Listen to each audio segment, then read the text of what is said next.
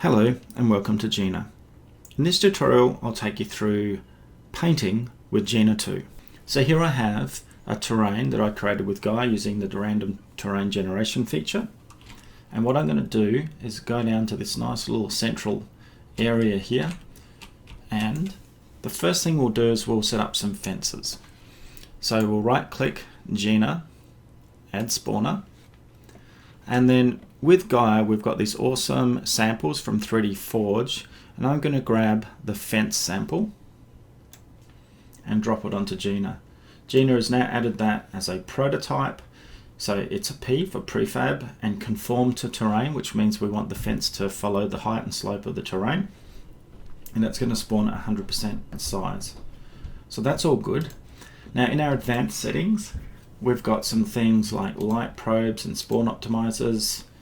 We don't need to worry about that for now. And we've also got scale to nearest int, which means it'll be a whole size, like a 1, 2, 3, 4 in the scale, which is good because we want our fence to be scaled to its full size. And then we've got some spawn criteria. We're going to turn this off because I want it to spawn exactly where I'm clicking on the terrain. The other thing I'm going to turn off is force spawn. I only want this to spawn when it obeys all of its criteria. So collision checking, let's just change that to point-based collision checking. So it's checking for a collision exactly where we click, not necessarily within the entire bounds of the object, although we could just as easily make it bounds, it's fine. And let's look at our placement criteria.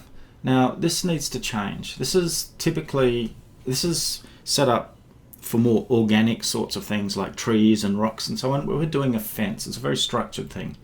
So our spawn type will be last spawn, and the rotation will be last spawn closest.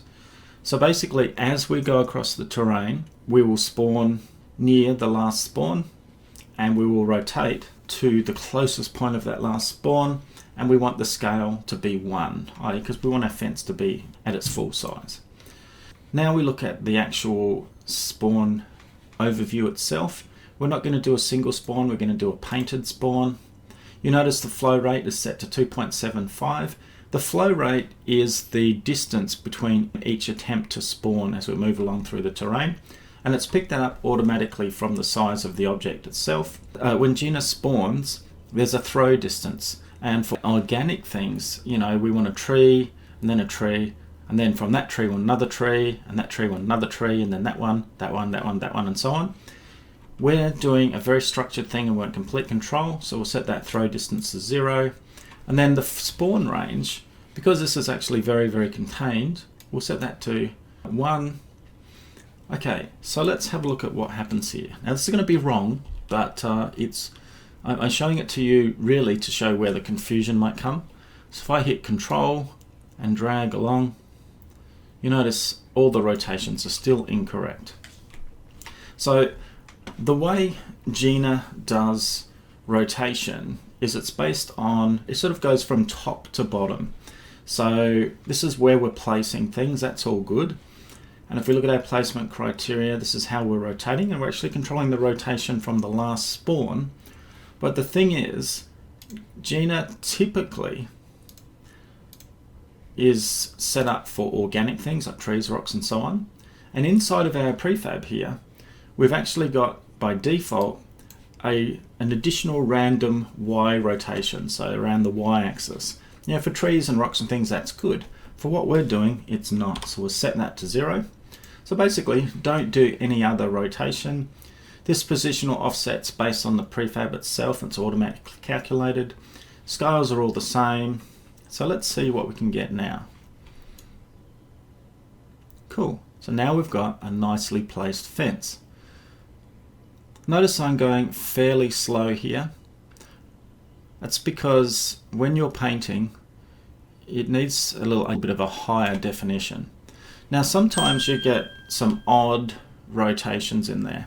Now it's always trying to get to it's rotating to the nearest thing that it can find.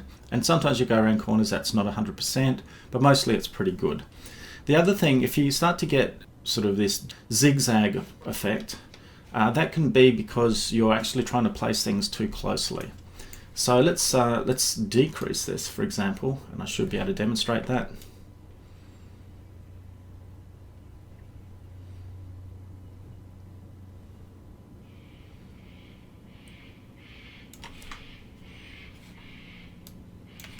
So what's actually happening here is that we're getting collisions because we turned off force spawning. So because it's getting collision, it's actually not spawning the object, so that's why you're getting this funny missing thing. So let's maybe make it to 3. And we'll just clear them all up. And let's go and place them over here along this ridge. It's got a nice ridge here. So I'm just going to paint our little fence down this ridge line. Now it's not always going to get it 100% right. There's often various reasons, but you can see it's gone pretty good, and compared to doing this manually, it's a lot better. I would probably even increase my flow rate slightly a little bit more. Let's see how we go again.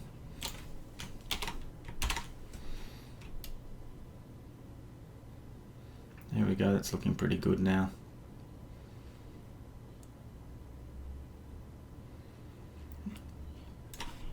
Now we can maybe put another one along here. Now you notice the first one's always wrong. This is because the algorithm doesn't know where everything else is yet. So all the ones on from there will be correct, but the first one's always wrong. So the easy fix to that is just delete the object.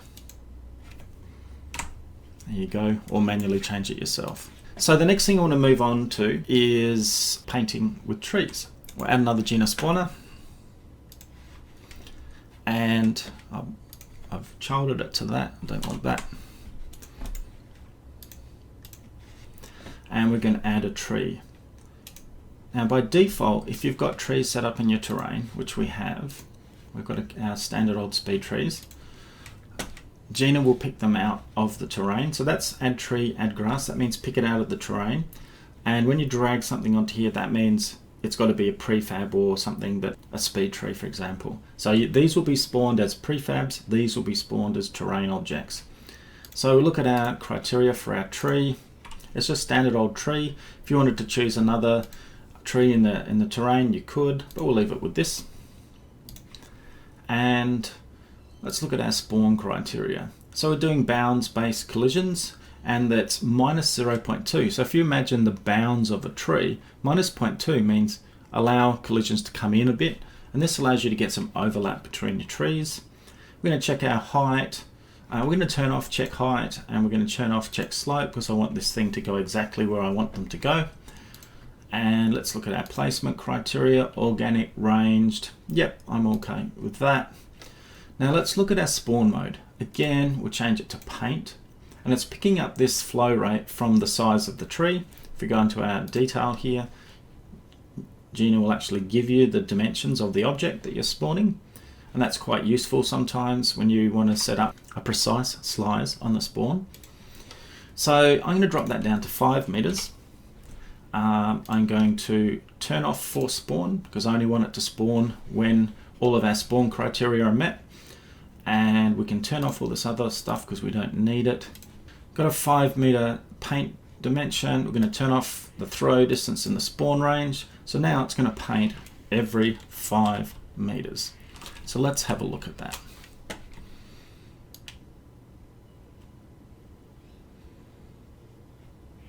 So here we've got some quite precise spawning of our trees. I've actually pre-set up a couple of different tree spawners where I'm actually spawning a lot more detail. So first I'll go with my prefab version. So notice it's a P for prefab as compared to a T for terrain tree. So it's a prefab. We are not conforming to slope, but we could easily just make the trees conform at a 90-degree angle to the slope if we wanted to. And let's look at our spawn criteria. So this time, what I'm going to do is I'm going to paint my trees on a texture.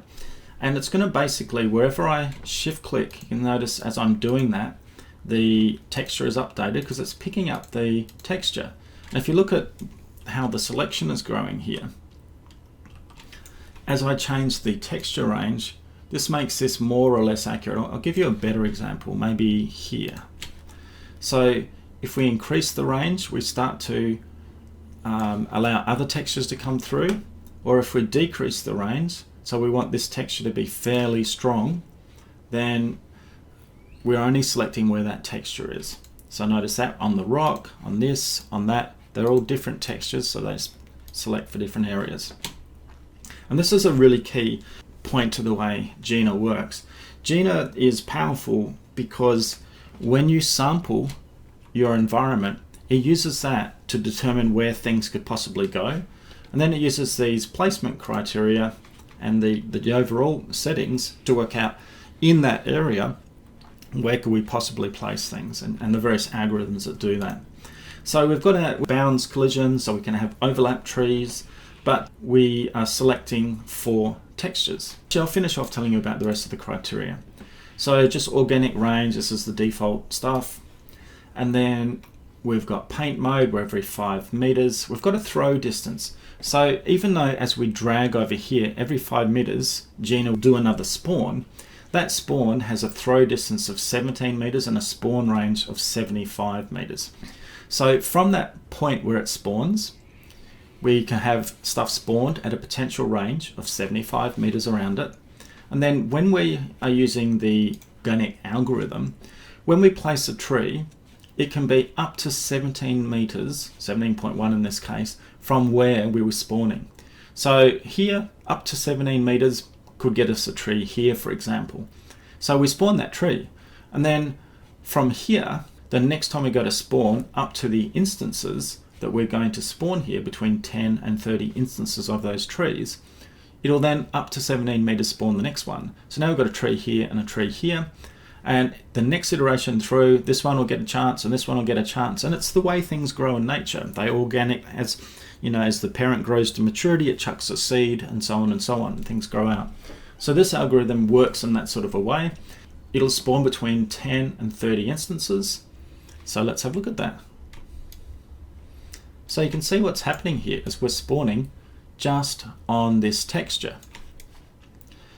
And I'll do it again here to demonstrate why it's a powerful thing. So I'm going to spawn here, but notice I'm dragging over here and nothing's getting spawned. That's because we're sampling on that first rock texture. As I move to this rock here, now we can spawn there. Move over those rocks. So this is a really cool way to select for just the types of environments you want to spawn on. For example, if we look at our terrain here, we've got this sort of, you know, darker grass texture and a lighter grass texture. So I can start to go, okay, let's just spawn around these, but not on there so much, and so on and so on. Now I'm going to go to the next spawner. So this one, they were spawning prefabs, which have all been stored here like that. Now this one's spawning terrain trees.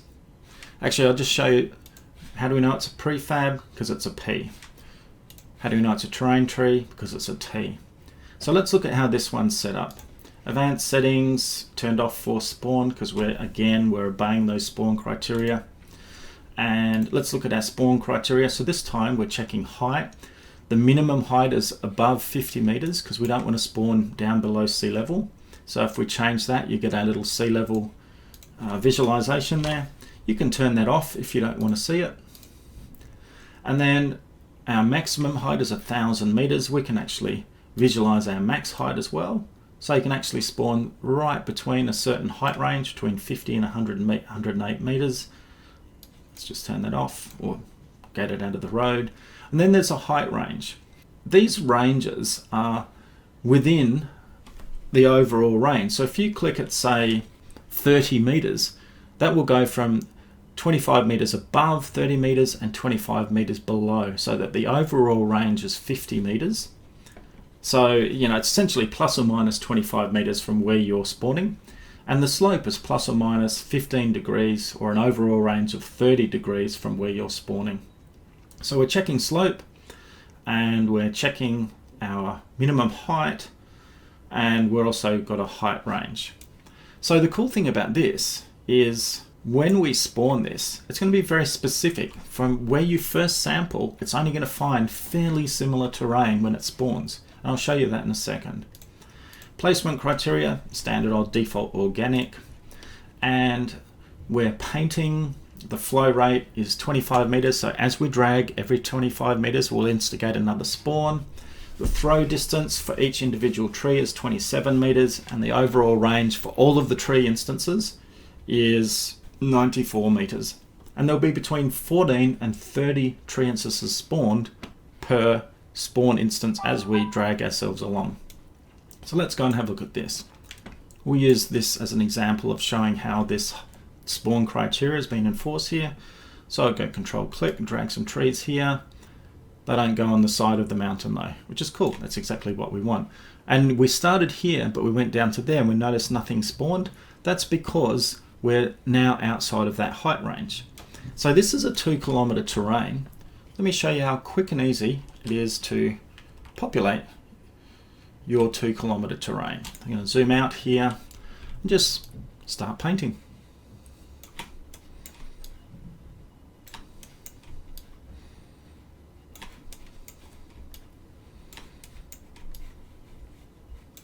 Now you can do a lot more with this. I'm just showing you the concept very quickly. Now notice these trees are also obeying all of their collision and various other settings. So if you've got houses and other things down there, then automatically we should be avoiding those. And what you tend to do is you cluster different types of things together. So you make patches of trees and so on to make things more interesting.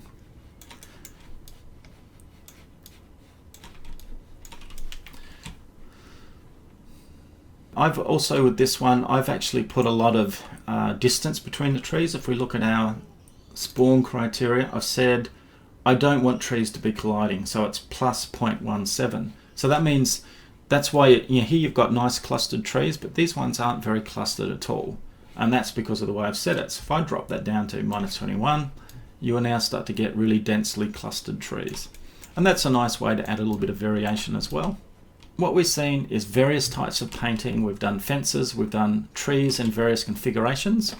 Now I'll just show you something really cool, which is not actually to do with GeNa. It's a new feature in Gaia, but shows you how to finish off your environment. So here we've got a stock standard Unity environment. We've now added lots of trees.